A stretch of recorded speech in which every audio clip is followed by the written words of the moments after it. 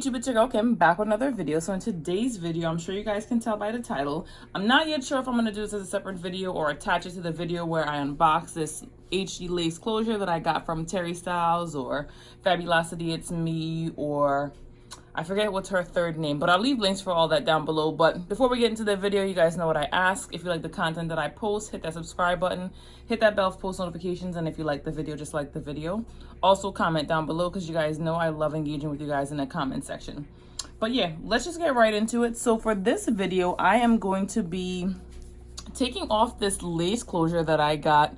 As you guys recall, I won that hair from Juicy Hair Affair, and soon after,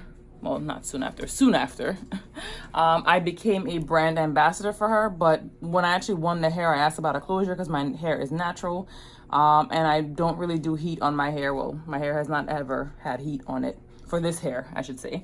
So I asked about a closure, and then she said, well, you know, I have one I can give to you. Just keep in mind it's a trial, so just let me know how it works out. Didn't really work out too well for me, so that's why I got this one from Terristylz. Oh, that's her other name, Luxury Tresses by Fab. So I'm going to remove this closure, and I am going to add the one I got from Terristylz. And the main reason is that, you know, the structure of the closure is just not what I thought it was going to be.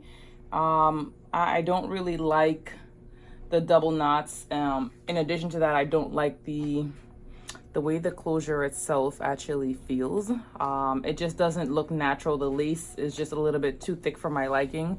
In addition to that, like I said, the knots, the double knot situation, like I understand the reasoning for why she did it, but it just doesn't work out for me. So I'm just gonna remove this closure and put this other one on here because I just wouldn't wear it the way that it is. I have to just, you know, be that honest with myself. So that's what we're going to be doing in this video, and most of this video is going to be voiceover, and I apologize about the noise in the background. That is my dryer. It's not one of these cute dryers. It's just, you know, it's loud. So yeah, let's just get right into it. So I'm going to start by pinning down the wig itself to the mannequin head, and then you guys will see me going through and just cutting off that thread just to remove this closure.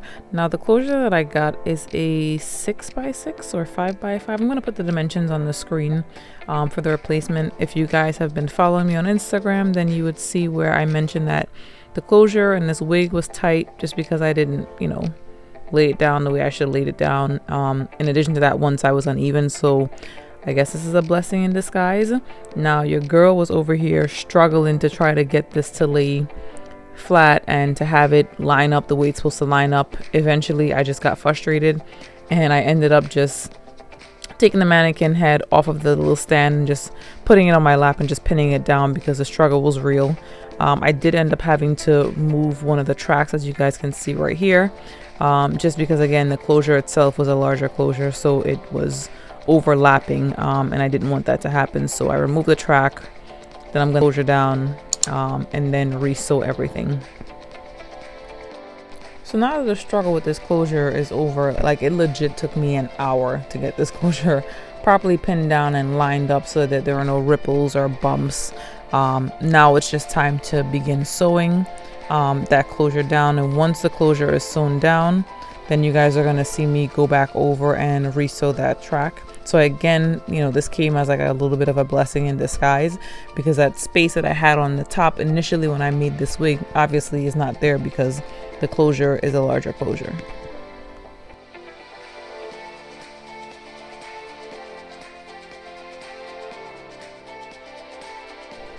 If you guys recall, I ended up cutting pieces of weft when I made this wig initially.